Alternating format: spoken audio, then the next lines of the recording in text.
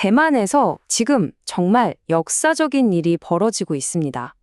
바로 현직 대통령에 대한 탄핵 청문회인데요.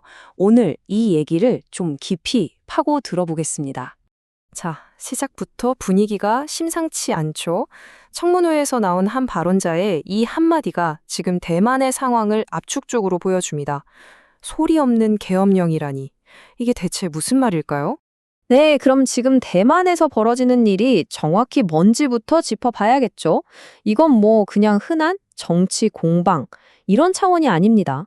국민이 직접 뽑은 대통령을 자리에서 끌어내릴지를 따지는 아주 공식적이고 무거운 자리인 거죠. 대만 역사상 처음 있는 일입니다.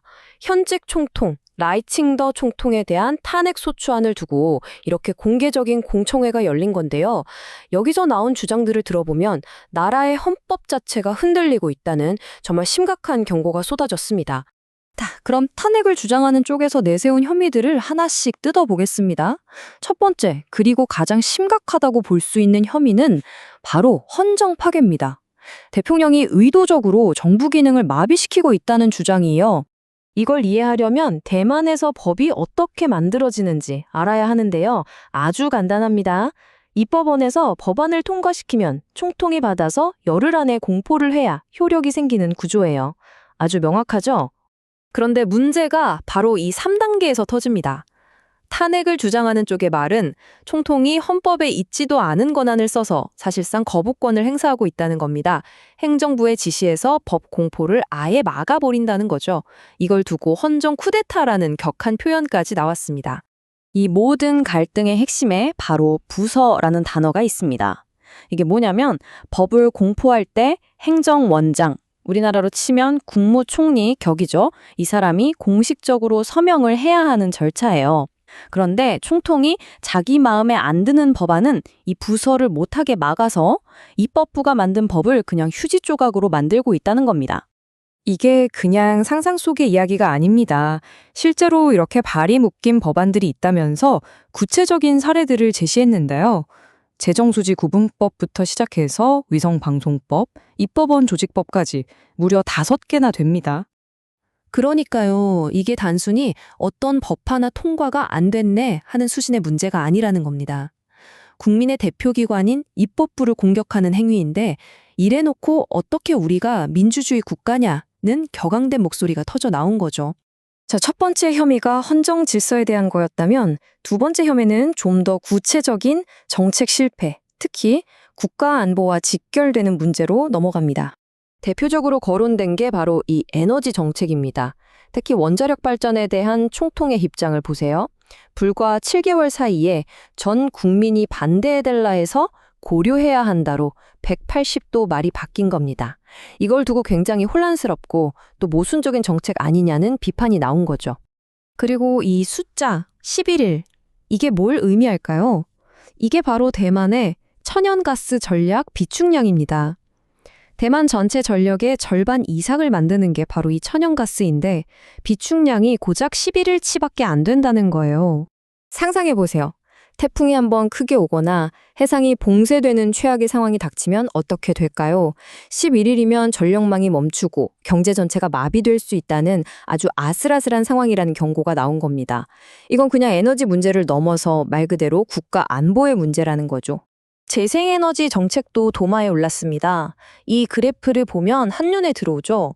재생에너지로 만드는 전기는 전체의 12%인데 여기에 들어가는 예산은 전체의 20%가 넘습니다. 돈은 돈대로 쓰면서 효율은 안 나오는, 한마디로 밑 빠진 독에 물 붓기라는 지적이었습니다. 결함 있는 에너지 정책은 부패보다 더 무섭다. 이 한마디가 모든 걸 요약해 주는 것 같습니다. 잘못된 정책 하나가 국가 전체를 얼마나 큰 위험에 빠뜨릴 수 있는지를 보여주는 정말 섬뜩한 경고죠. 자, 헌정 파괴, 정책 실패에 이어서 세 번째 혐의는 좀 더 포괄적입니다. 총통이 국민의 신뢰를 배신하고 국익을 해쳤다는 주장입니다. 여러 가지 주장이 나왔는데요. 요약하자면 이렇습니다. 대만보다는 미국의 이익을 먼저 챙기고 천문학적인 군사 예산을 제대로 된 감독도 없이 약속했다는 겁니다. 심지어 TSMC 같은 핵심 기업들을 압박해서 미국에 투자하게 만들고 정작 대만 국민들을 위해 써야 할 돈은 엉뚱한 데 낭비하면서 양안 관계는 평화 대신 갈등으로 몰고 갔다는 거죠. 이 말이 청문회에서 나온 주장의 핵심을 꿰뚫는 것 같습니다. 국민의 재산을 지켜야 할 사람이 어째서 미국의 심부름꾼이 되었냐는 거죠. 이건 정책에 대한 비판을 넘어서 배신감에 대한 호소라고 볼 수 있겠습니다. 자, 이렇게까지 신mak한 혐의들이 제기됐는데 그럼 이제 어떻게 될까요? 탄핵이 정말 이루어질까요? 근데 결론은 생각보다 간단하지가 않습니다. 현실적인 얘기를 해보죠. 결론부터 말하면 이 탄핵소추안이 통과될 가능성은 거의 없습니다. 이 법은 의석 구조상 필요한 표를 얻기가 사실상 불가능한 상황이에요. 아니, 그럼 통과도 안 될 거면서 왜 이렇게까지 하는 걸까요? 청문회를 주도한 측의 설명은 이겁니다. 미래 세대를 위한 역사적 기록을 남기기 위해서라고요. 그러니까 당장의 승패를 떠나서 지금 민주주의가 어떤 위협을 받고 있는지, 누가 어떤 일을 했는지 역사에 똑똑히 박제해두겠다는 의지인 거죠. 결국 이 모든 상황은 우리에게 이런 질문을 던집니다. 헌법에 보장된 공식적인 견제와 균형의 장치가 제대로 작동하지 않는 것처럼 보일 때 우리 시민들에게는 권력을 감시하고 책임을 물을 수 있는 어떤 도구가 남아있는 걸까요? 이건 비단 대만만의 고민은 아닐 겁니다. 오늘 이야기는 여기까지입니다.